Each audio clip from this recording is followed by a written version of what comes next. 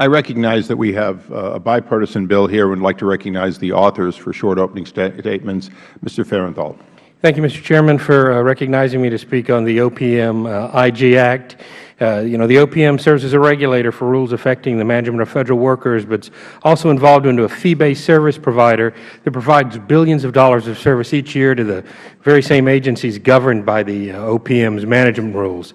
The revolving budget fund has grown from $191 million in fiscal year 1998 to more than $2 billion today.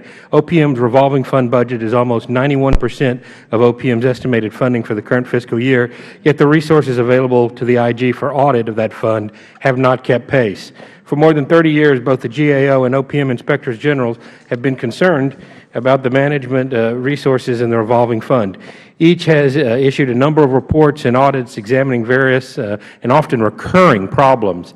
The OPM Inspector General has investigated a number of cases involving the falsification of background investigations, including reporting of investigations that never occurred, recording answers to questions that were never asked, and document records checks that were never conducted. Within the military department's 81% of OPM's customer base, these cases have serious national security implications.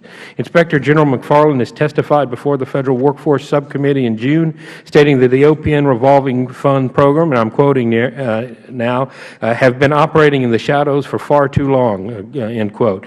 He also added that sunshine, as we say in this committee, is the best disinfectant.